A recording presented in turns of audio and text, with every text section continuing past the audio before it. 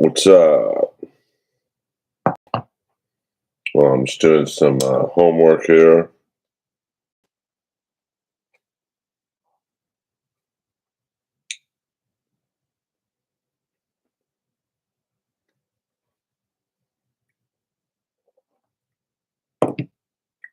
I just woke up, to be honest with you.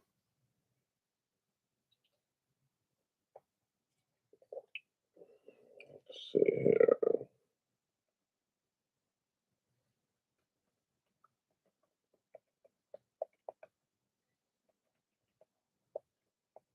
What's up, Ross? Incognito.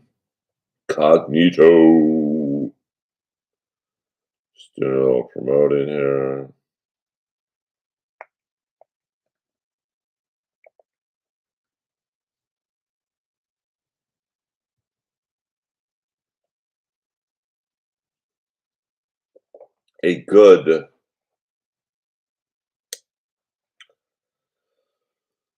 A very good opening Dynamite last night with a good match between MJF and Daniel Garcia. Kind of building up Daniel Garcia. I like it.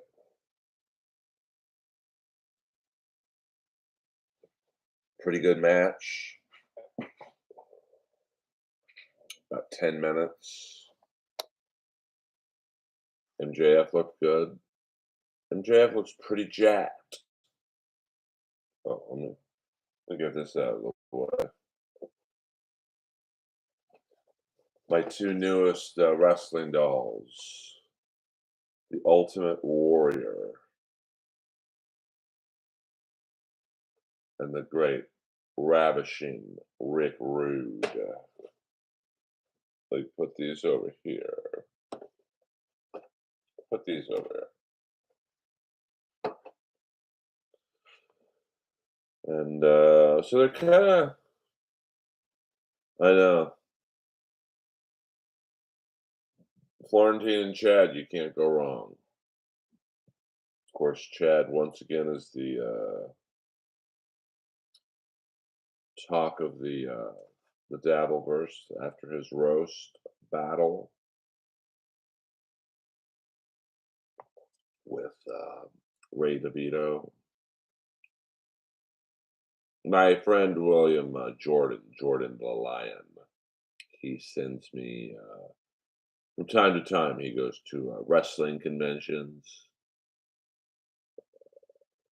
and I think he lives by a super Walmart. And if you've ever been to a super Walmart, it's a sight. Um, I mean, they're gigantic. I mean, a Walmart is big, but a super Walmart, it's next level.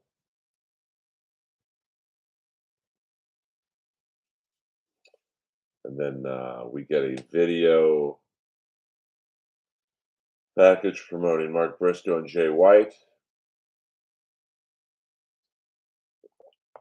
And they have history from Ring of Honor. I think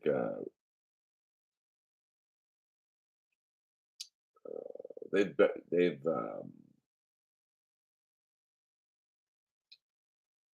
have interactions before.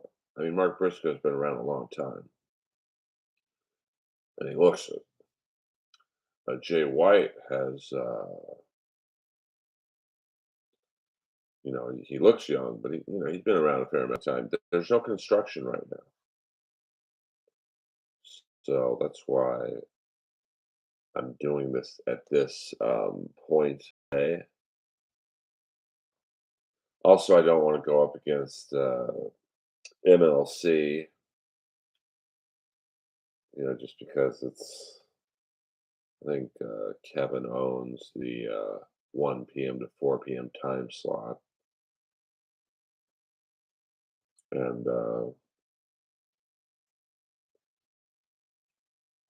I just don't want that problem. I think I'm going to take a break from the Dabbleverse world because I'm getting a lot of shit for my judging on the roast, which I still stand by. Um, I've probably judged like 100 roast battles, and as a contestant, you know what I've done in that regard. So I take judging the roast battle very seriously because I have such an affinity for the show, and I still think it was a tie. What am I going to do? Sue me.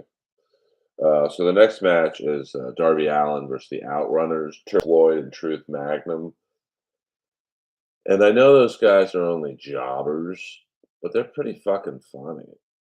They're definitely a throwback to the '80s, and I like them. They you could tell they embrace the character. Like it sucks being a jobber. I have friends of mine who are jobbers, and they always tell me, we don't mind losing, being enhancement talent, but we'd like to win every now and then. But what can you do? But the Outrunners, they if you've ever seen them, they're very '80s based. They almost look like miniature Hulk Hogan's meets the Road Warriors. In terms of they're very tan. They have the mullets. They kind of. Well, thank you. It's pretty cool. It's a little smaller than the Warrior one. Doesn't necessarily look like them. And then I kind of like this one better, the Warrior one. Sorry about the computer glare, but you know,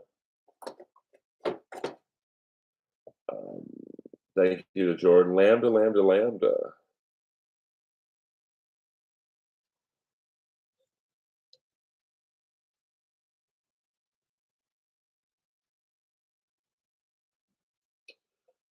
Oh yeah. Well, I mean, see, I don't know about that. You got to understand. Like,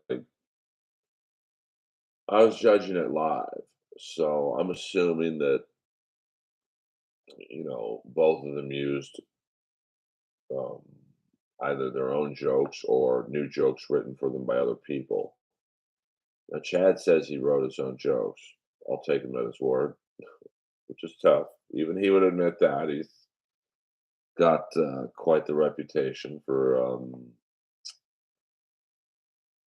lying, I guess. And, Chad gets a lot of shit for um, his jokes being hacky. But it's like I went on Ray DeVito's podcast last night for a few minutes. And, it's like roast battle jokes by definition are hacky. I mean, they're basically, you look like I used to get Earl, you look like Max Headroom fucked Kenny G, blah, blah, blah. Earl, you're so old they measure your birthdays in carbon dating. And I was hacky as well. So I didn't mind the hacky jokes. And Ray was super mean, which I loved. It. That's what's great about roast battle is that um, you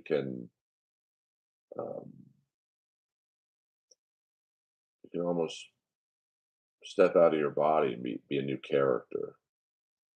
You know, my energy drink today is just Rockstar energy drink. It's my standard. I was too lazy to order Ric Flair's energy drink. I don't think it's in stores yet, so you have to order it. Um, I am very curious to know. Uh, well. I thought I heard some early construction coming in. I am curious to know how it tastes. I think it's like a mushroom-based drink or something, so I've had some mushroom-based drinks, and, they didn't taste very good.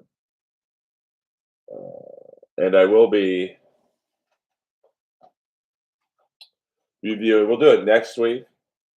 I got my PlayStation 5 hooked up. I will be reviewing, Fight Forever. So far, for my PlayStation, I have played, NHL hockey, which that's been my favorite. It's pretty realistic. I mean, you feel like you're actually controlling a real game. And then, Madden has been very good. And then I've played the baseball game, a few games. Now I do like the baseball game. It's NHL what is it? MLB 23. It just takes too fucking long. Like each game, I think, even with the sped up feature, where it's not quite as presentation-y, takes about 40 minutes. Like I don't want to play 163 games plus if you make the playoffs 40 minutes each game. I mean, I got a lot of time on my hands, but like, you know, I don't want to feel like I'm playing an actual real game. So Darby and Sting won, of course, in 2 minutes. I think just a shade under 3 minutes. Cindy, what up? What up? Um, I don't know if this really did anything because there wasn't like a run in at the end of the match. I thought, oh, someone will come out, and then Adam Copeland will come out. But I don't know. It was just I don't know. It's like and I understand Sting is 64. I'm not expecting them to do an hour match, but like I don't know. I would have rather have had a promo or something. Give the TV time or the match time to someone else. Maybe make the next match 2 minutes longer or something. But and then the next wasn't a match, but it was a segment. Was the Tony Storm signing for Hikaru Shida? It's quick. Wasn't awful. I mean, I do think it. I think I'm going to go to Full Gear. I think Dynamite's in Ontario, and on a Wednesday to get to Ontario by 5 o'clock, I'd have to leave at probably literally 1 o'clock. It's only like a little over an hour away, but on a Wednesday in LA traffic, it's easily a 2 to 3 hour drive. Um, so I don't know if I want to do that. And I will assume you do get more bang for your buck. I'll assume Rampage will be filmed that night as well. Um, or they might be doing Rampage differently since LA is, the arenas are on paper close to each other. So, and then I think Collision is Friday night. The pay per view is Saturday night. So, I believe Collision is at the LA Forum or the Kia Forum. Um, and then the next match is Swerve Strickland with Prince Nana. We're in the money. I will say that Prince Nana is growing on me. Um, Great match. I mean, I think you kind of forget how good Swerve Strickland is sometimes. He's very good. And Penta is, I mean, he's great. I've done a comedy show at his and Ray Phoenix's. It's not a club; it's a store called the Republic of Lucha, which is, I believe, I think it's in Pasadena. Um, and it wasn't necessarily an all AEW show, but there was mostly AEW people in the crowd. I got to meet Lance Archer, who's so fucking nice. That's the hard thing with these guys is I love meeting them because they're like superheroes to me, but they're so nice, it's hard to believe him as a bad guy. Like, I walked up to Lance Archer, and he's an intimidating looking guy because 'cause he's got the hair and the body, and, "Oh, hey, Mr. Archer, whatever you have time tonight, I'd love a picture with you." He's like, "Let's take it right now, son." Same thing with Powerhouse Hobbs.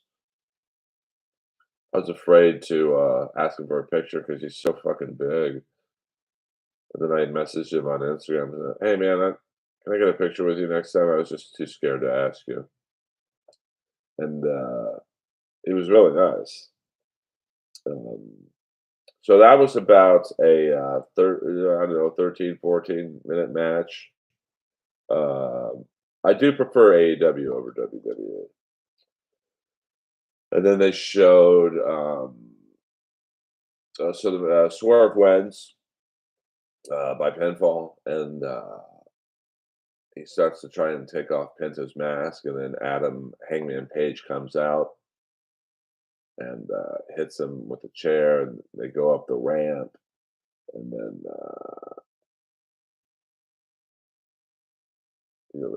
Swerve, excuse me, Prince Nana. I'll wake up in a minute.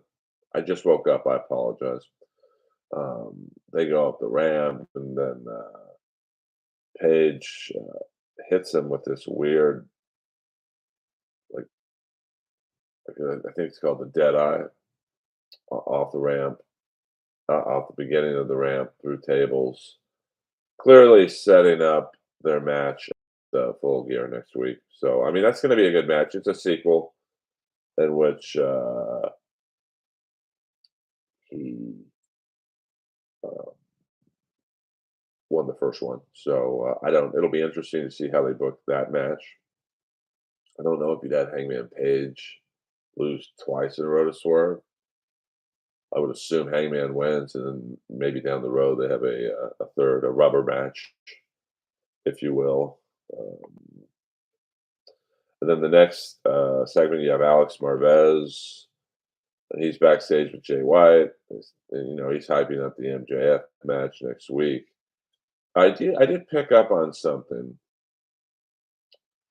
uh, last night, and William, let me know who you like. Um, I just prefer AEW. I think because I've seen all the matches before in WWE. Only so many times I can see um, Roman Reigns, and like I do like Cody Rhodes over there, but and there's only so many times I can cheer for Brock Lesnar. It's just not.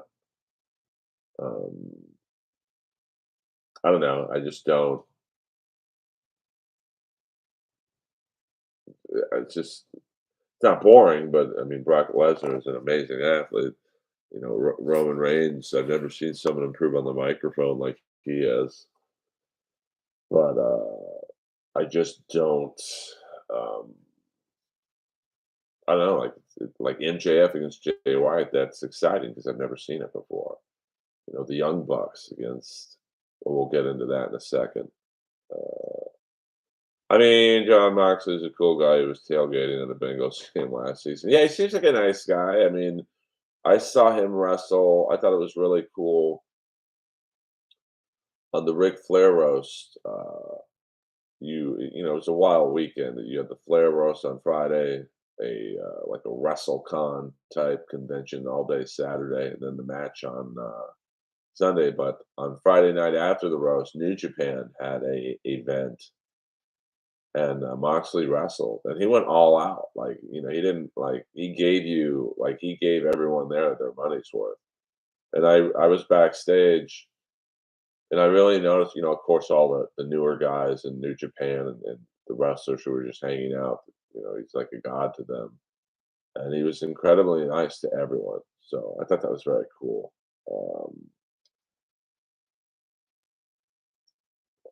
But I noticed Jay White the last few weeks has been saying he's an elite champion.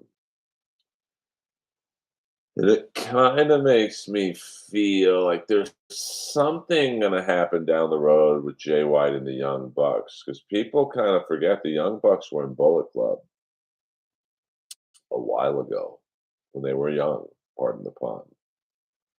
So I don't know how that would work because obviously Jay White is with the Bullet Club Gold with the Guns and the great Juice Robinson. You know, well, I mean, putting my thinking cap on,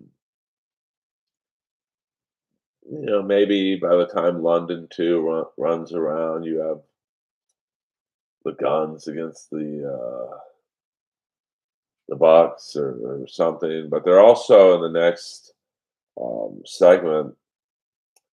Um, there was a little more fuel added to Future Fire when they had the Golden Jets. For those of you not familiar with Omega and Jericho, they are from Winnipeg. The hockey team there is the Winnipeg Jets, and one of the great Jets of all time was the Golden Jet, Bobby Hull. So they're doing a little tribute to Bobby Hull. I thought that's pretty cool. Now I don't know if Omega is a big hockey guy. Uh, just because you're from Winnipeg doesn't mean you like hockey. But Jericho has, I think, his uncle or is Ted Irvin, is a legendary hockey player. So, um, Omega and Jericho are talking, and then the Bucks come in, and there's clearly tension between the Bucks and Jericho, and the Bucks are saying, "Hey, when are we gonna get back together with Omega to Omega?" And then Jericho and the Bucks are, clearly at odds with each other. So there's a match next week now, Full Gear, where the Bucks take on Kenny Omega and Chris Jericho, and that'll be interesting. So I think I said on the Comedy Store podcast a few episodes before we stopped that I wouldn't mind seeing the Bucks and Omega and Ibushi, the Golden Lovers, against the Bucks. That would be a very good. I'd like to see that.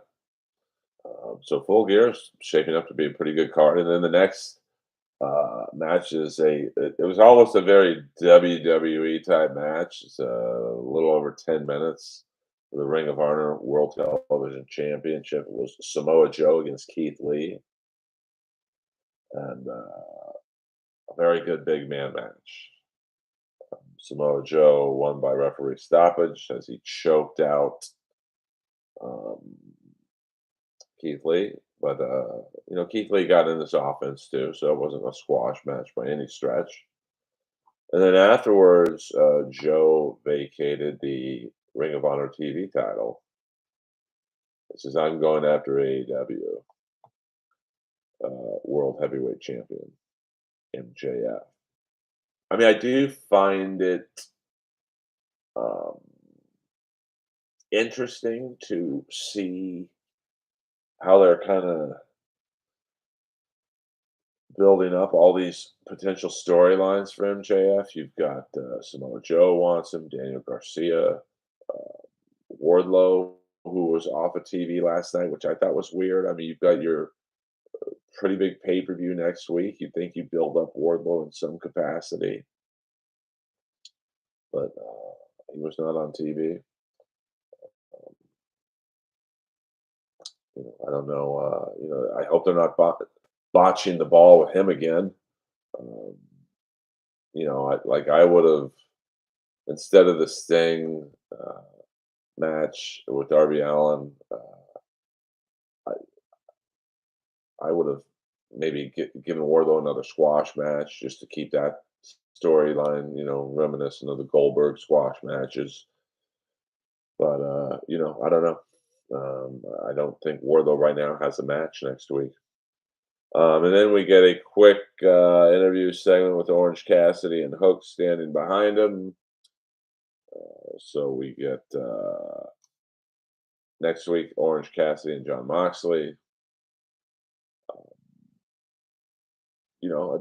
Good match. I don't know. I'm curious about the booking of that.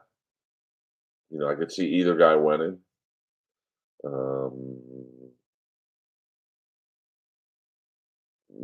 I don't know.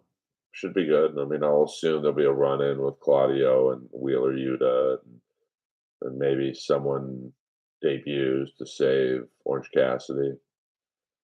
I mean, there are some potential. What am I, Shaq doing a table read? There are some potential debuts next week, um, and it being in Los Angeles, who knows? And then next, yeah, I don't like these quick squash matches. That I don't. The next match was the Guns, Austin and Colton against with Juice Robinson as like their manager, I guess, against the Bollywood Boys. Another funny tag team in AEW. I will say I do think that AEW is the best jobbers. Um, and this match ended in 40 seconds. I just don't. Uh, I just. I don't know. It, I don't think it really did anything. So I would have rather have had. If you take the squash match with Sting and Darby Allin, and then this match, I would have rather had 3 or 4 minutes added to another match. Hell, I would have rather seen Swerve Strickland and Penta go for a few more minutes. You know, so you know, but I'm not the booker. Um, and then you have a segment where Colton gets on the mic, says MJF's been lying to everyone for years. He compares himself to LeBron James and says they were made for TV, doing this for 3 years. Austin gets on, calls MJF an embarrassment of a champion, and says the only friends he has left on the other side of the guardrails, the fans. Says he hopes he picks one of them as a partner in Full Gear. MJF is watching backstage. Samoa Joe comes up from behind him. They have a brief interview, and that's it. Um, and then, Wheeler Yuta and John Moxley have a quick interview segment. Standard, I'm going to get you. Building up their match, or his match with Orange Cassidy next week. And then kind of an interesting segment with Wardlow, a video segment. When I said earlier they didn't use him last night, I think it should have been in the ring. But we see a Wardlow video where he feels his potential is being wasted, and he's treated as a worthless sidekick to MJF.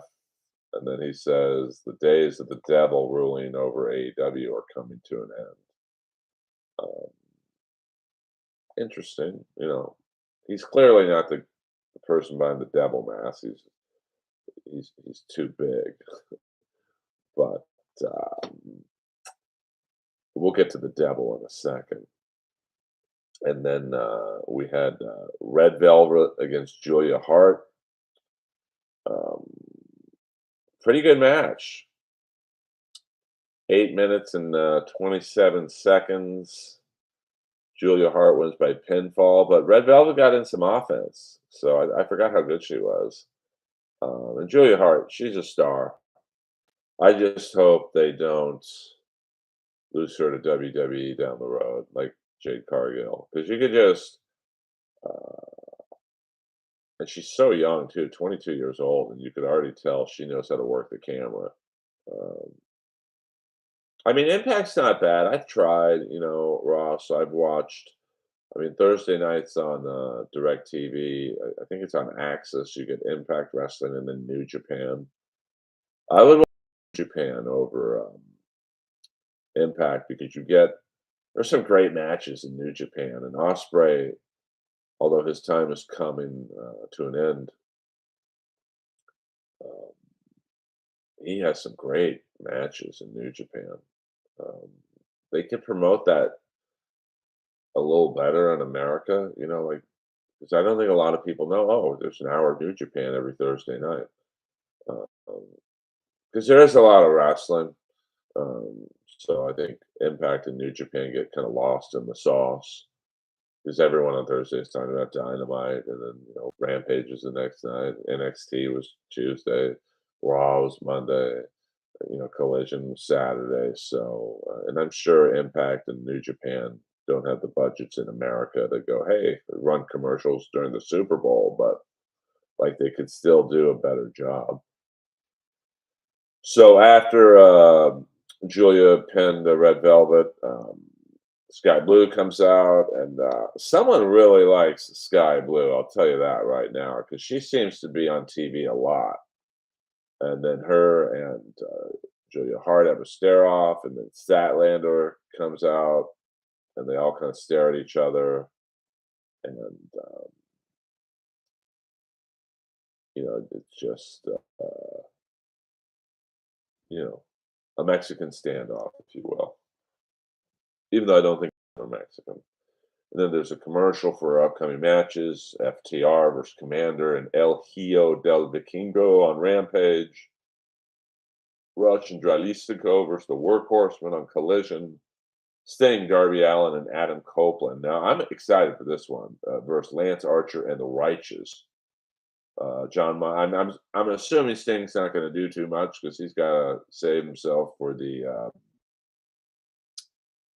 pay per view and whatever they do on Dynamite. And it's not like Adam Copeland's a young man, so I'll assume that the big guy and the Righteous and Lance Archer will just toss Darby around and. Um, uh, you know, but I like all three of those. I like the Righteous. They're kind of an eccentric tag team, and the big guys always do Gene Simmons' tongue thing, which I don't know. I just find funny. Next time you watch the Righteous, he's always going, just like what? What's going on here? Um, yeah, I mean, I saw Necro Butcher wrestle 2 weeks ago in XPW. I mean, he goes hard, man. I don't know how old he is. I get the feeling he's only probably in his 40s, but he looks like he's 100. Um, and then John Moxley and Wheeler Yuta versus Orange Cassidy and Hook on Dynamite. And the Golden Jets, this man who erased his name, Street Fight, plugged the Golden Jets and Kota Ibushi, Paul White versus the Don Callis family. Um, I don't know if I want to see Paul White wrestle. If you saw him come out last week on top of the ramp, he could barely fucking move. I just don't want to see that. I mean, at least with Sting, and that's not a knock on Paul White, the Giant. I'll always laugh when WCW billed him as Andre the Giant's kid. And he's only like 10 years younger than him or whatever. Yes, he was great in The Wrestler. I got to rewatch The Wrestler. When I saw that, I didn't see it. Well, I saw it in was it the Writers Guild has a screening room, and I was literally right next to Roddy Piper, and I didn't know him at the time, and he was like welling up because you could tell he was like, "Oh fuck, this is me," basically. Um, but it's going to be a big week for AEW, starting with Saturday. From Collision to next Saturday, full gear. There's going to be a lot of storylines. And then we go to my favorite part of AEW is the great RJ City. And there's an AEW debut. And we have Mariah May is now All Elite. I think this is a good sign. And she's coming from Stardom. And I think that's, the women's division, it is a little stale. It's the same people for the most part. So to have Mariah May and All Elite and Red Velvet back, does add a little bit. Adding Red Velvet, she's been injured for 9 months, so it's almost like you're debuting a new wrestler. And I do think that with the law Cargill, which I'm still bummed out about, man. Just sucks that AEW built her up, gave her kind of her shine, and then WWE just swoops in and she'll be a big star now. I could see her in. I would assume. I don't know why, because I don't watch WWE that much. I mean, I'll tune in for a second here and there. I would assume at WrestleMania you would have Jade against Charlotte, two just buff chicks. And then the main event, we go with Jay White with Juice Robinson and the Guns versus Mark Briscoe. And this was, I think it was Briscoe's first match since the concession stand brawl with Jarrett. Um, Good match, about 15 minutes. Uh, there's something about Briscoe that he's just watchable, man. Like he doesn't have the greatest body. His fucking teeth are all jacked, bald, but he can still wrestle. Like, and he's put his body through a lot. I would not want to see him walking around in 20 years. It's not going to be a pretty sight. Which once again, I'll go to Sting, and it's pretty impressive that Sting has been wrestling for 40 years, and he still like walks around and uh, looks like he's fairly comfortable and not in pain. I mean, I can't imagine what Sting's body internally must feel like to be 40 years into the business, 35, 40 years in the business. Um, I mean, I remember, I think it was Motorhead's 30th anniversary at the Wiltern, and a bunch of wrestlers were there for some reason. I mean, everyone loves Motorhead, and it was like William Regal, Triple H, Stephanie, and I remember meeting Ric Flair backstage, and he was like limping, like he was, and it wasn't limping from like a current injury. You could just tell that's how he walks around, and that was like a long time ago. I mean, that was, I think, early 2000s. So that's 24 years ago, 25 years ago, and he was limping back then. It's unbelievable that he's still wrestling to a degree. I mean, I think he'll wrestle one more time in AEW. I want to see that, but that's coming. Yeah, Sting is just well, I think I mean, obviously he partied. I mean, if you're a pro wrestler in the mid '80s, you partied hard. And if you look at the guys, his contemporaries, Lex Luger, he's in a fucking wheelchair. Magnum TA is in a wheelchair, essentially. I mean, he rides around one of those scooters. So it's not a wheelchair, but like he's pretty fucked up. I mean, really, the only guys that seem from that time frame to be relatively healthy are Sting and Sid. I mean, Flair can barely get around, and I mean, Arn Anderson, he's obviously put on a lot of weight, and that's allowed. Tully Blanchard looks. I saw him at the Ric Flair. I didn't see him at the last match, but I saw him at the wrestling convention. I mean, he looks in pretty good shape, but he definitely, if you walked by him and you didn't know anything about wrestling, you wouldn't know who he was, because he looks so different. The Steiner brothers, they look a little rough, to be honest with you. So it was a good back and forth match, but you knew Jay White was going to win. So he pinned him, Shayna, over 14 minutes. And then MJ music hits. So you've got the four guys, Robinson, Jay White, and the Guns, looking at the exit ramp or entrance ramp. And MJF comes up behind them. And, he basically is building up the match at Full Gear. And it was pretty good. And but then this is where it gets interesting. MJF and White have a back and forth. And JF says something to the effect of, "You're going to have to kill me to get my title." And then the lights go out.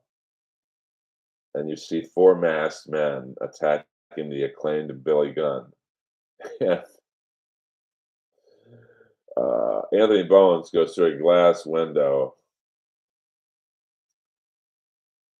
and the four ninjas, uh, you know, they've done a good job at kind of hiding their body types, and then the devil is there. So clearly, and it was very well done. This I did like the end of this because it clearly is saying, "Hey, MJF ain't the devil. 'Cause he's in the ring." So, and then MJF runs back and looks at Bowens, who's, obviously, if you go through a plate glass window, you're gonna be pretty fucked up. So I'm sure it was rigged to glass. And then Billy Gunn and Caster are incapacitated. So it's a very well done segment because I think that's going to be the big reveal next. I'm assuming they won't do it at Dynamite or Collision, but that will be, I think, the big surprise at the full gear. Who is the devil? Uh, Now, I've done my own investigating, and if you watch last night, the devil himself has a very, very slender body. Like if you look at if you go back and watch, if you taped it, or I hope you watched Dynamite, and I didn't ruin it for you. Uh, Very slender up top, which for the first time last night, I thought to myself, maybe it's a woman. Kind of, that's never been really discussed. It's usually, oh, it's MJF. It, or a smaller wrestler. Maybe it's Adam Cole. Because he's not slender, but like I really noticed because I kept looking at the right shoulder, and it looked like a woman's shoulder. Um, Other potential choices of the devil uh, could be a debuting wrestler, could be Mustafa Ali, but like I said last night, too slender to be a man. I think. I mean, even Adam Cole is a pretty jacked guy. Like Adam Cole is not jacked by comparison to most of the other guys on the roster. But if you saw Adam Cole walking around a mall, oh, that guy works out. Luger and Magnum are in wheelchairs because of a stroke and car accident, though. But my point, William, is, and you're right, but I think you could make the case that Luger is in the shape he's in because of the abuse he put his body through. Like, I met him, I'm assuming. By the way, shout out to all my top two fans are here. Ross Incognito and William Zoom. I don't know if you guys might sleep less than I do. Every time I'm on, you guys are on. I love it. Like Tim Dillon told me, I need 1,998 more of you guys. And then I'm famous. Nick the Neen? What up? What up? We're just wrapping up. We're not ending, but we're wrapping up my review of Dynamite. Um, yeah, last night I worked out at 3 in the morning on my elliptical. I have an elliptical over there. So when I can't get to the gym, I work out on that. 3 in the morning. So then, of course, I'm high from the endorphins. And it's not just being high from the endorphins. I also feel really good that I worked out in any capacity because I could have just sat there and played PlayStation.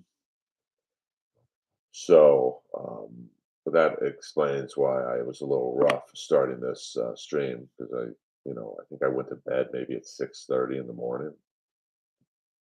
Uh, but I got my 5 hours of sleep, or that's completely 5 hours, and I'll probably take a little nap before I go to yoga tonight. Um, but other potential people, no one. I've been the only one that's mentioned this. Now I don't know his contract situation if there was a no compete or whatever. Um, but Dolph Ziggler, who would be the perfect choice to debut. I mean, he's from Cleveland, but I think he identifies with living in Los Angeles. I could see that, but he's definitely not slender up top. He's got a fantastic build. Um, so it could be him. It could be any one of the other people WWE released. But I think in terms of bang for your buck, Ali or Ziggler would definitely be the ones. Um, it could be. uh, I saw someone mention last night online. Could be Kyle O'Reilly. Because he's been out of action. I think he was hurt. But I don't know if you would. Uh, and I don't mean any disrespect to Kyle O'Reilly. I don't know if you would waste the devil spot on him being the big reveal. I think it would have to be a pretty big name. So if it is a woman, I could see it being Britt Baker, and then maybe Adam Cole is involved in some capacity, because that would make sense. But then it's also like, who are the other four people that the people dressed up like ninjas? That could be Kyle O'Reilly. That would be a good debut or re-debut of him. Because like Red Velvet, he's been out of action for I think at least a year. I don't know if it was his last appearance on AEW, but the last time I remember Kyle O'Reilly is when Sting hit him in the balls with a bat. So I'd be out a year too if someone hit me in the balls with a baseball bat. I've been kicked in the nuts, man. It's no joke.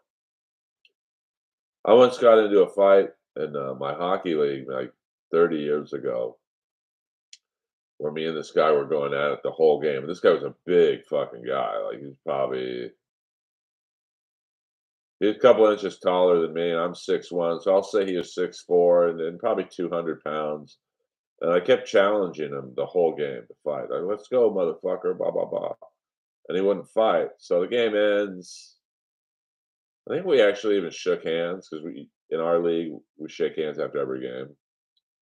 And so I'm with my. I don't think I was with my. I think I was with my girlfriend at the time, Anne. And so we're walking to our car, and these two twin brothers who played on the team with the guy, they're like, "Hey, you should get out of here. He has a gun." And then all of a sudden, he comes walking up to me, and I thought, "Oh, we're not going to fight," because I challenged him for the last hour, and he wouldn't do anything. And he just kicks me in the nuts. And I think he had a steel toe boot on, and man, I've never felt pain like that in my life because this guy was a big, big guy, and so my balls, I mean, no exaggeration, were literally the size of a softball. So I had to go to the hospital, and everything worked out, but like it was, I was in a lot of pain. Um, that's crazy, William. I mean, third shift for 23 years. What did you do? I don't know what you do actually, or what you did. I mean, my hours are fucked up since birth because my parents, who loved each other, but they kept really different hours. Like dad would get up at 5, 6 a.m. every morning, go to church, play golf, drink at Bel Air Hotel, repeat. My mom would stay up all night and go to sleep literally around probably 7 and then get up at 3. So I was like completely confused as to what sleep pattern I should follow. And I actually used to get up really early. Um, I mean, I used to work the Saturday morning shift at my gym where you had to get at the gym on a Saturday morning. This is when I was going to nightclubs and all that at 7 a.m. I had no problem. But I was also a lot younger, so it was really, I would literally, there were sometimes I would go out to a nightclub, meet chicks or whatever, and literally go right to the gym, shower at the gym, and then open up the club. And then go out that night. I could when I was younger, it was the best because I could stay out all night. I could play in the hockey league I was in. I could play like 5, 6 games a day on the weekends and not be tired. Go out night clubbing or whatever. Wake up the next day on a Sunday, play another 5, 6 games. Wake up Monday morning completely relaxed and refreshed. And the last couple seasons, I would play literally one game on a Sunday, and I would be sore for 3 days. And I'm in shape internally, but I'm semi-retired from hockey.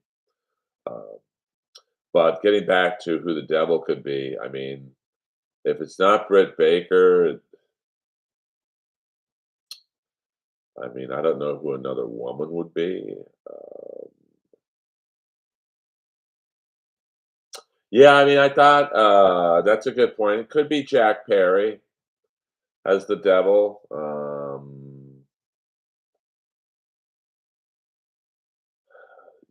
I don't know if I would be disappointed.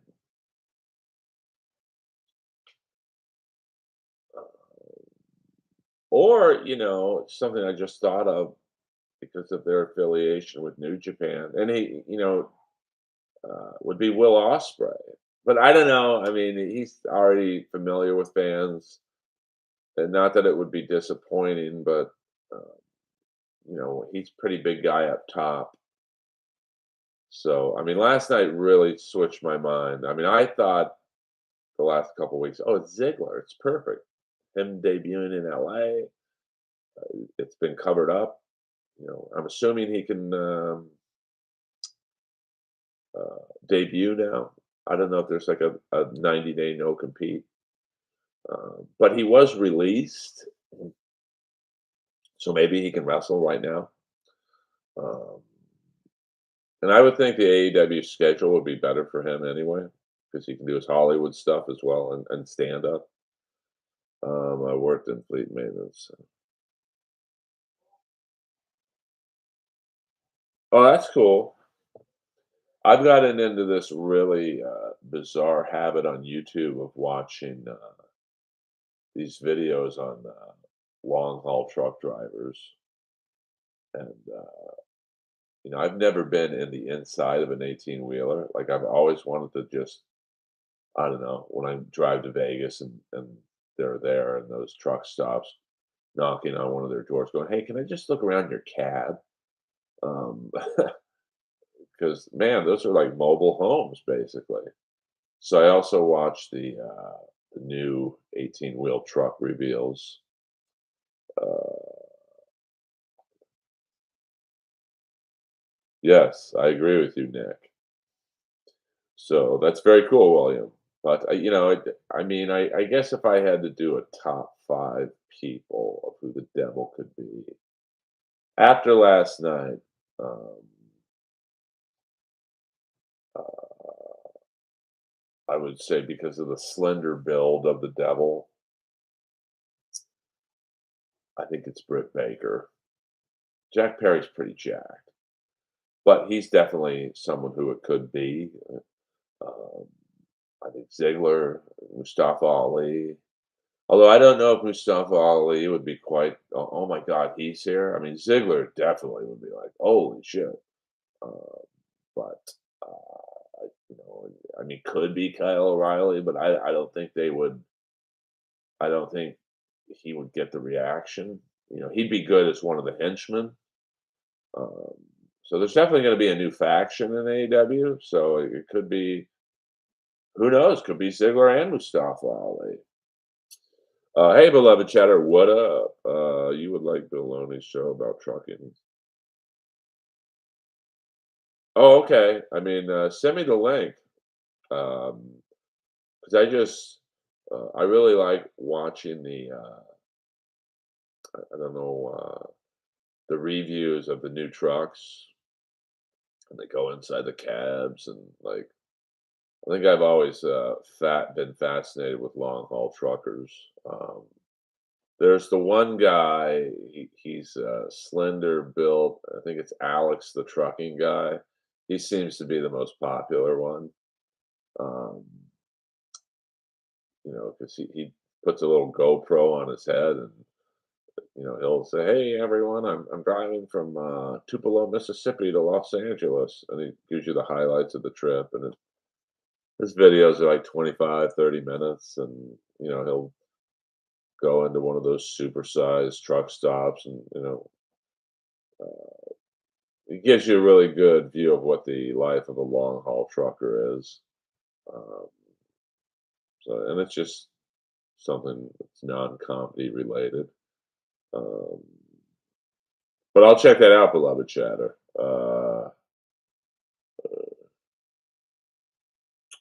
I mean, I've always.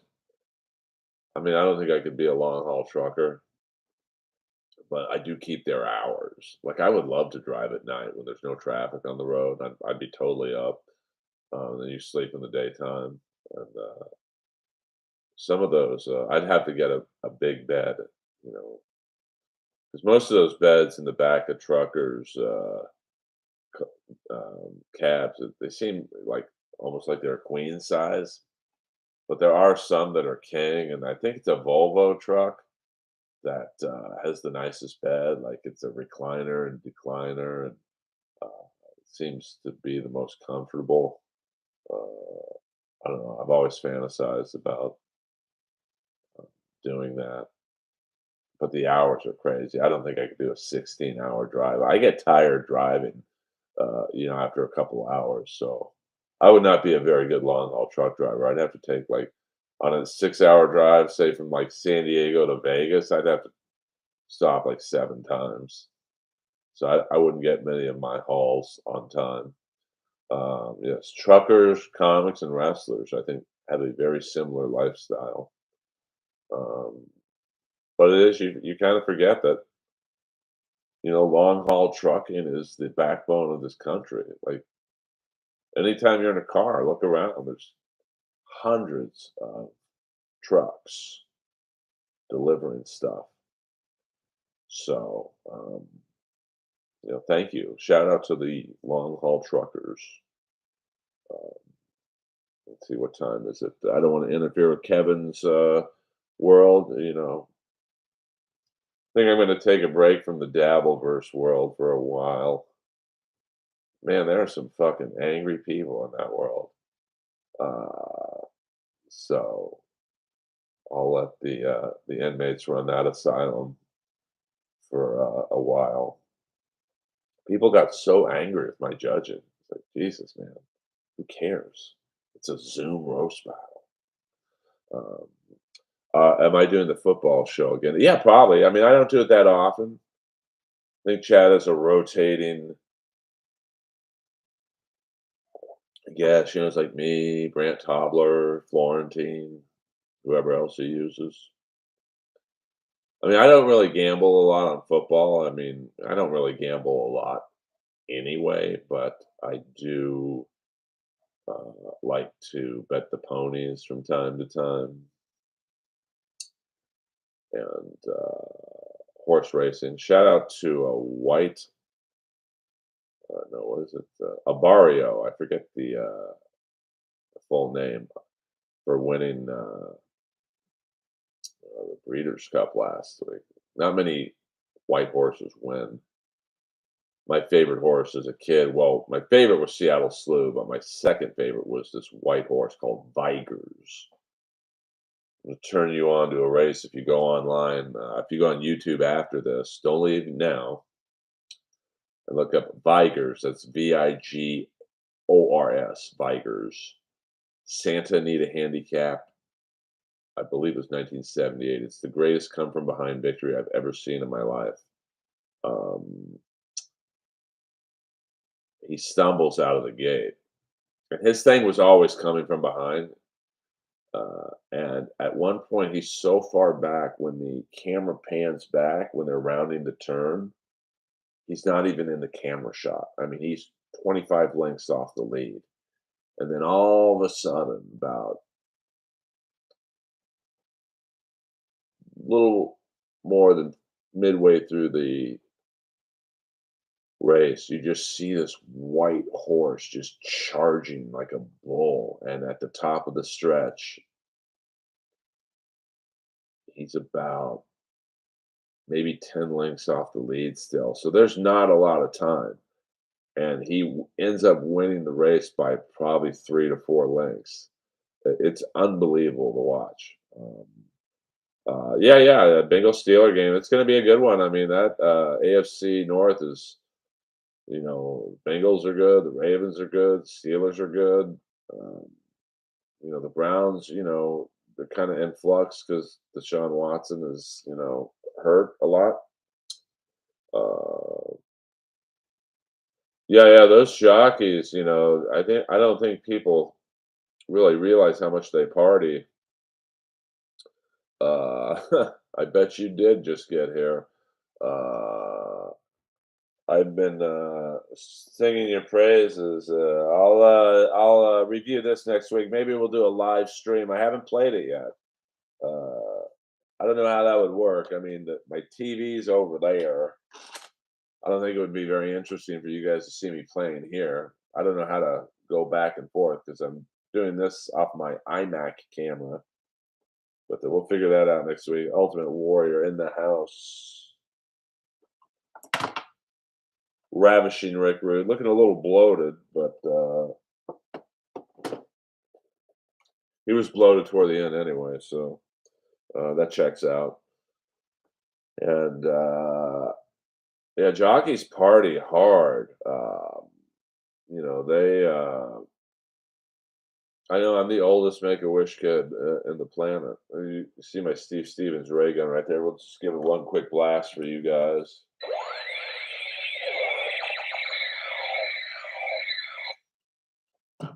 Um,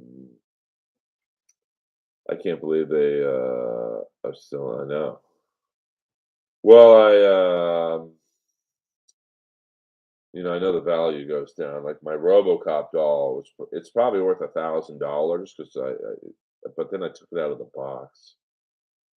So, hello, a shout out to Jordan the Lion and Kate M for their generosity. Check out Jordan the Lion's travel vlog, the best in the business. But that HBO show Luck was a great look into the world of jockeys. I think it was Nick Nolte and Gary Stevens, a real life, jockey. And you kind of forget that, jockeys are like supermodels. They have to maintain their weight. You can't have a heavy jockey on a horse. I mean, the difference of a few pounds could win or lose you millions of dollars. So they got to do speed and coke and all kinds of diet suppressing supplements, legal and otherwise. Um, they get fired. Um, yeah, I'm sure Adderall to keep the focus and I mean, I think jockeys are literally like something like 110 pounds, 120 pounds, maybe. Um, I mean, the horses are on shit. The jockeys are on shit. Um, I used to love horse racing as a kid, but I don't really watch it anymore because it just hit me one day. I was watching a race and like, oh, they're literally abusing the horse to make it go faster. It's like that's kind of fucked up. Yeah, I mean, I'm sure jockeys and jockeys like to party and eat nice food and like if you're Gary Stevens or like when I was a kid, I'm trying to think who the big jockeys were. I think Seattle Slew's jockey was Gene Crouquet. Sandy Hawley was a famous jockey. I know there was I think it was Torres, Fernando Torres. I might be off on that. He was like a big turf race specialist. Obviously William Shoemaker, Lafitte Pink Eye Jr.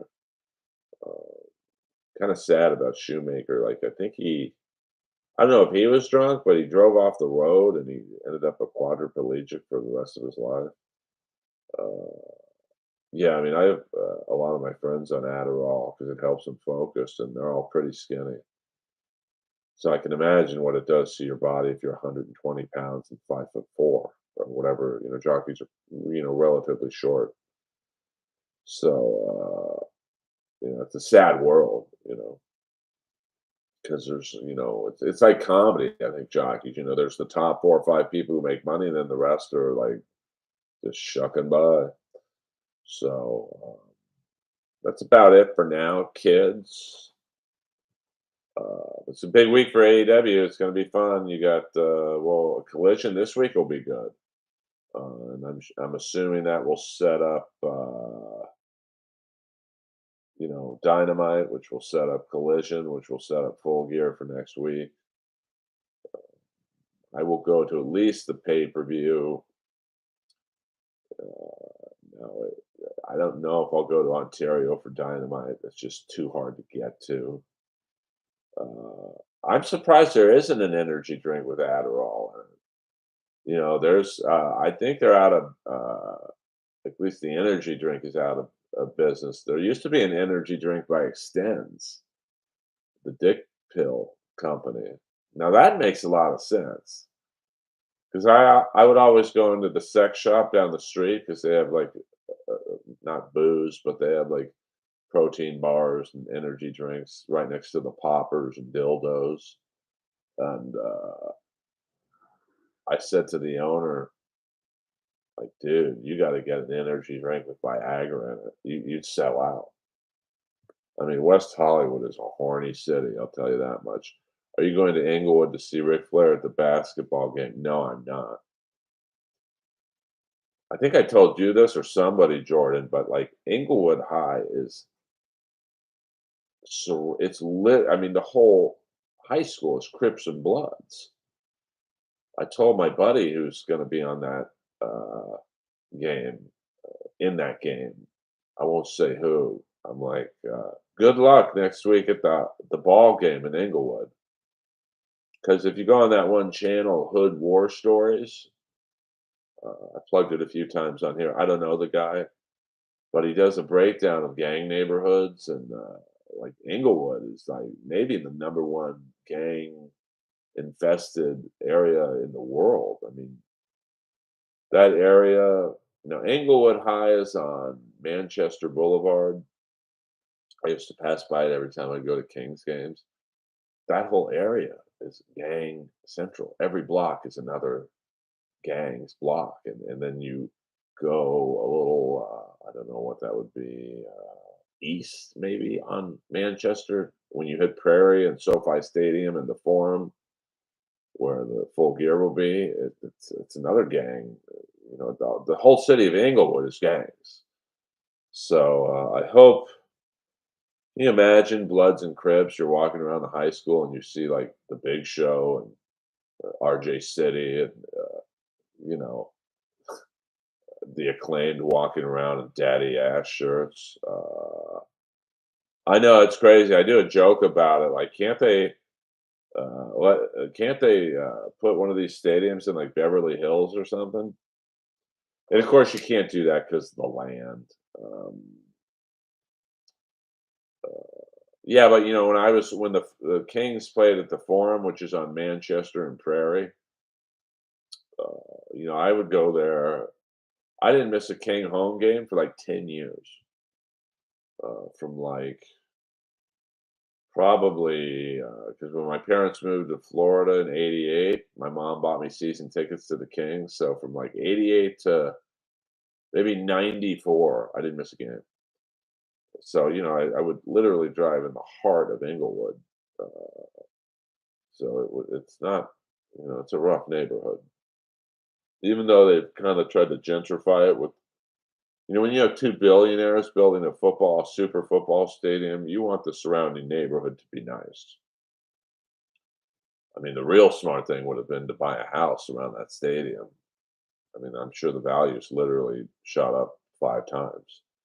Because that's what they did with the Staples Center, Crypto.com, is, that area around right before Staples Center was built was fucking, I don't know if it was gang. I'm sure there are gangs around there, but I mean, homeless and it was brutal. Like you didn't want to drive around there at night. I mean, I remember I got a flat tire right around where Staples Crypto is now, and I felt like Kurt Russell at the end of Escape from New York. Man, I was like, I got to get out of here. So, but they've really, pardon my language, they've really whitened up that area. I mean, if you go to crypto.com arena now, which I think is on Figueroa and Olympic, it's all $1 million lofts, really nice restaurants. Now, if you go a little east of crypto.com and you hit Broadway, which is Skid Row, uh, it's the real deal. Like, you better not be walking around that neighborhood at after 2 p.m.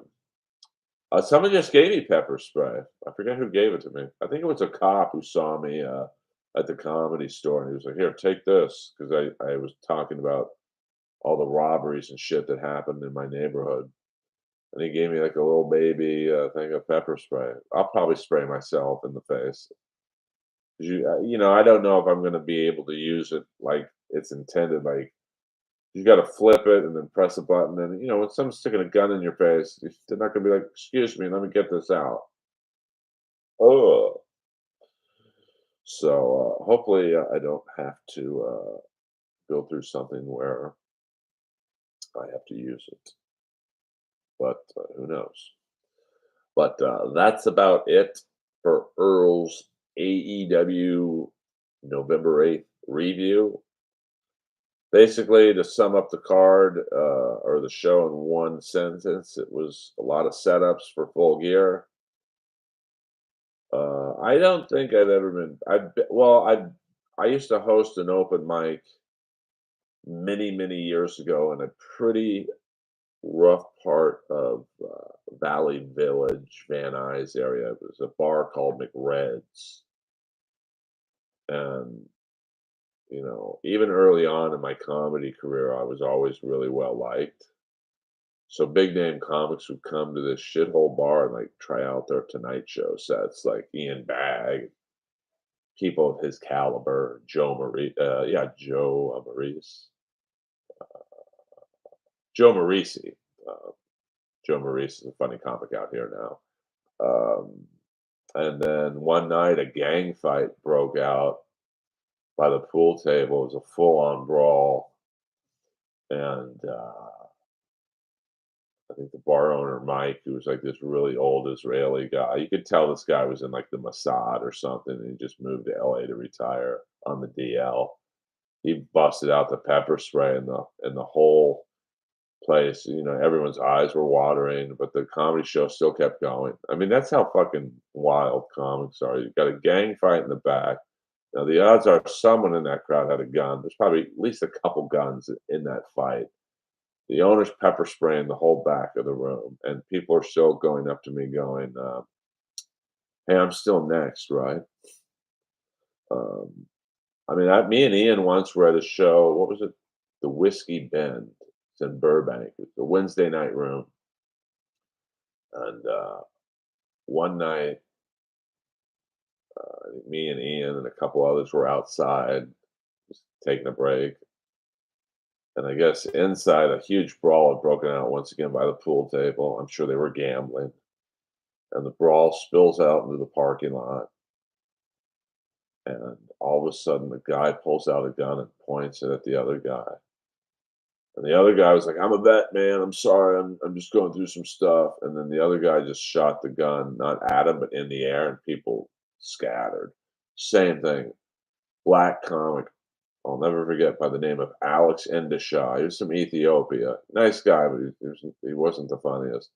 He comes up to me, and a gun had just been fired by all of us in the parking lot. And he goes, "Hey, you're not going to stop the show, are you?" Um, so that's some of the early stories of my comedy career. I still laugh at them. But let's get the plugs in and out. You guys know where to follow me on Patreon and Instagram, Twitter, YouTube. I'm more frequent on YouTube and Instagram. I do tweet some jokes on Twitter. I'm probably on Facebook the least, and because of my participation on the MLC roast battle, I picked up I think 4 new Patreon subscribers. So I think I'm up to 21 now, but like 4 are freebies. Yeah, I mean, I've thought about getting licensed to carry a gun, but because west the area I'm in, it's pretty dangerous to be honest with you. And I live in a high end area of West Hollywood. I mean, I would say the average price of a condo in my unit, a sale price is between 900 grand and 1,000,001. Um, I know the condo next door to me just sold for 1.3. There's another one in the building for sale for 1.6. So, it's not I don't, as MJF would say, I don't live with the poors. And there's a lot of cash around here though, with drunk bar patrons stumbling around, and it's a perfect opportunity for thieves to. And there's permit parking all in this area. So what happens a lot is people don't realize that their car gets towed and they're on my street at 3 in the morning because 2 clubs on from Thursday to Saturday are open till 4. So you're literally, um, stumbling around drunk. Your car's not there. You're like, did I park on another street or did I park on that street? So you're walking around aimlessly, or you're tired, you're a little wasted, and thieves just. So it's pretty scary. But hopefully I won't be living here much longer. Get something for home defense. Well, Annie, my German Shepherd, when me and Chandler had her, she was great for home defense because even though she was dying of cancer, she was still a big dog. And up until the very end, she looked pretty menacing because me and Chandler had fattened her up. Um, we were feeding her like all these weird oil-based foods that put weight on her, and she had a bark. Even toward the end, she had a bark. She wouldn't bark often, so she was great to walk um, around the neighborhood with, especially when Chandler had to walk her alone. Like, and she was. We still don't know her lineage. I mean, we believe she was a police dog of some sort, or a military washout dog, or a DEA dog, because every car we would walk by, she would sniff the wheel well. So she was trained to sniff for drugs or bombs. We're not sure because we only had it for 9 months. So, but I don't think it's fair to have a big dog in my condo. I mean, my condo is not small, but it's not big either. It's I think 1,600 square feet, something like that, which is big. But if you're a big dog, Annie, it was a little easier because she was, like I said, her energy was a little low. Even though she did some big hikes with us, uh, it was um, doable to have her in a condo, a dog her size. I think when Annie was probably healthy, we didn't get that version of her. She's probably 100 pounds or so. So I would want to have a. That's why the one reason I didn't get the dog Strawberry, the dog with the bump on her head, because she was pretty big. She is a pretty big dog, and I didn't want to. I don't know. I just didn't want to.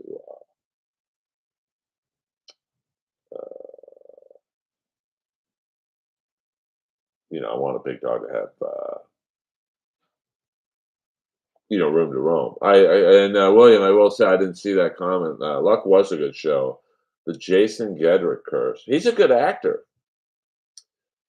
Jason Gedrick was, before I leave, was very good in season 1 of Bosch.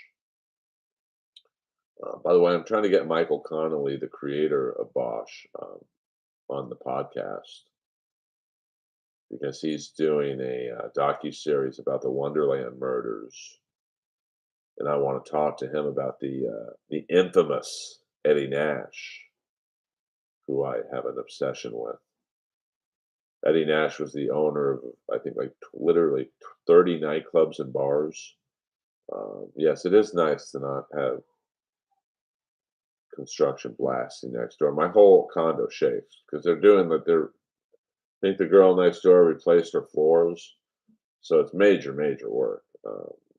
So, um, but Eddie Nash, I think he still holds the LA record for most liquor licenses. He had like 30 at one time, which is unheard of.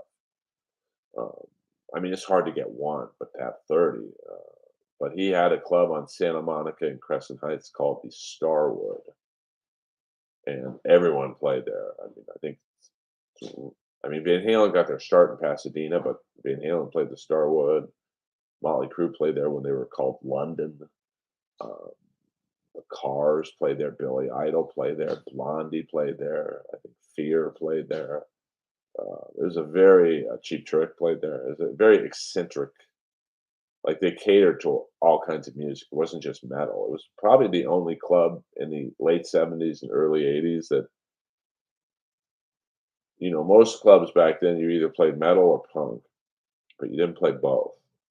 Like you did not see the Cars play the Troubadour or Gazzarri's. But I think Eddie Nash was like, "Hey, you can play here if your band's a draw. I don't care what. I don't care if you play flamenco music." Uh, and it's just so weird when I walk Lois by there. It's a Russian deli now, and you could still feel the history. Uh, Mr. Body can rock. I don't know who you're talking about. Oh yeah, Fear. I mean, I never got into Fear. They were a little too hardcore for me. They kind of fall into that Henry Rollins uh, vibe, and I was never a big Henry Rollins fan, although I loved him. In oh, okay, I'm sorry. I just know Lee Ving um, from his acting stuff, uh, and I have the weirdest connection to Henry Rollins. Um, when I was living in Century City, there was an actor by the name of Dennis Cole, and you probably don't know the name Dennis Cole, but if you've watched any show like any '70s detective show, like Cannon, Mannix, Vegas, Fall Guy, shows like that, Dennis Cole was on them usually as the bad guy. He was a really good-looking blonde, uh, Nordic-looking guy. Um, his son was killed in Henry Rollins' house, and they never got. I think it was a gang shooting or something, and they never found out. They never got the killer, and I could tell it haunted Dennis Cole. I always used to see him at nightclubs and stuff. He's always with a hot chick. I think he was married to Jacqueline Smith for a while, a couple years. So, and we became quite friendly. And then I think he moved to Florida, and we lost touch, and then he passed away a while ago. But in LA, it's total 6 degrees of separation. But yeah, I never got into punk. The closest I got into punk was, Motorhead was kind of had a punk vibe. It's definitely speed metal, thrash metal music, but they had like that FU punk stuff. I think I like one Circle Jerk song. Just wasn't my thing. But I'm not a hater. You like what you like. So thank you guys for listening. This is fun doing these AEW Dynamite reviews and then just breaking off into music talk or whatever. I have noticed it has helped my watch hours, especially last week. I did like 2.5 hours or something. Um, but we don't have quite as many people as we did last week. I think last week we peaked at 18. So maybe this hour's too early. I might experiment next week going live. I don't want to step on Kevin Brennan's toes. He's basically 1 to 4, so maybe like 4:30. I'll do it next week. See if that helps. I'm not complaining, but it's just because people can then just watch the replay now. But there are it is kind of a strange algorithm to figure out. Like TikTok's the most bizarre one where I'm not on TikTok a lot, but every now and then I'll do a live stream. and I'll do it like around this time, between 11 and 2 my time, and I'll get, maybe 20 people at the peak. But then I'll do one at like 3 or 4 in the morning, and I'll have like 3 or 400 people. Now, I'm assuming a lot of them are in Asia or you know, Saudi Arabia, like far off places where it's afternoon there. So it's just very, yeah, it is kind of early on the East. Uh, I'm still trying to figure out YouTube's best times for live stream. And, I also realize a lot of people are at work, so they're not going to be able to watch a live stream. So, maybe early evening might be better. But, with AEW, I want to be one of the first Dynamite reviews because by 5, 6, 7, 8 o'clock tonight, 24 hours later, basically, Dynamite's kind of old news. So I don't know if people would care enough to listen. Hopefully they do. But, we'll figure it out. I'm having fun.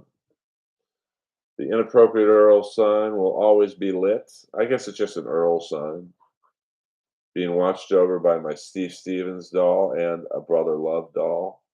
Shout out to Joe Urell, a roast battle legend, for this half Earl, half berry jelly painting. And that's it. I'm at Earl Skakel, EARLSKAKEL, Radical Neon.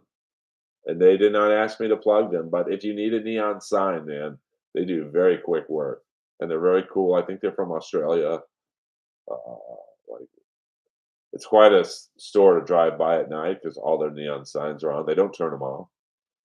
I guess certain types of neon signs you could literally leave on for years and the bulbs won't burn out. I turn this off when I'm not using it, but it is kind of a cool red glow in here when it's all dark. But that's about it. If you're in Los Angeles this weekend, I'm closing out the Comedy Store main room Saturday night, and there is a new episode of Inappropriate Earl from a couple weeks, 2 weeks ago, with the great Aaron Volpatti, who had a horroring burn accident and was told he'd never play hockey again, and he got to the NHL. And excited that next week, coming to see me at the Comedy Store is a NHL fight legend. I won't blow it up just in case he doesn't show up, but I have a potential new episode of Inappropriate Earl with a very popular hockey fighter in the works. And a couple other guests, maybe. I'm just going to do Inappropriate Earl when I can get a good guest and their friends, and we just hit record and talk. Of course, doing them on Zoom is great because I can also put it up on YouTube, and that helps the hours. I know the Aaron Volpatti episode did well on YouTube. I'm going to visit at some point. Yes, Ross, come to the Comedy Store. William, come to the store. Jordan is always welcome to the store. And anyone else listening, if you're in Los Angeles and you want to come to the Comedy Store, just DM me on Instagram at EARLSKAKEL, and you get in for free. I'll give you the VIP tour after, and show you all the cool spots, the back bar, which no customers get to see, and the outdoor area where people may or may not smoke the hippie lettuce. And there's a lot of cool. We took Bray Wyatt up to Mitzi's office. Now I can't take you up to Mitzi's office because that's like sacred ground. But we took Bray Wyatt up there. It was pretty neat. And then we went up on the roof and talked wrestling for an hour. And then sadly he passed away a few months later. So it was an honor to get to meet him. When I saw him, I think I've told this before, but when I saw him walk in the original room, he sat down in Mitzi's chair. I just started doing all wrestling jokes about his dad. For those of you who don't know, Bray Wyatt's dad was Mike Rotunda, who he's most known for IRS, Irwin R. Shyster, a shady IRS agent. But as a kid, I thought he really was an accountant. I thought, oh, they just want this guy around the wrestlers to make sure they're good with their money. I think we know most wrestlers are not good with their money. But thank you guys for listening. I do appreciate it. Enjoy Kevin Brennan's podcast, which starts about what time is it? Oh, it's almost 12:30. It starts about a half hour. MLC podcast. Check out Shuli's podcast. Check out Melton's podcast. I mean, there's so many podcasts, and this technically isn't a podcast. It's just a stream, but you will get sucked into the dabble world. It's inevitable. I'm a lurker. So I love you guys. As a kid, Earl was 24. Hello, Jordan. We'll talk later. Thank you again for the presents. If you find it in your heart to everyone, share this, retweet it, all that stuff. It helps. Earl Skakel, over and out.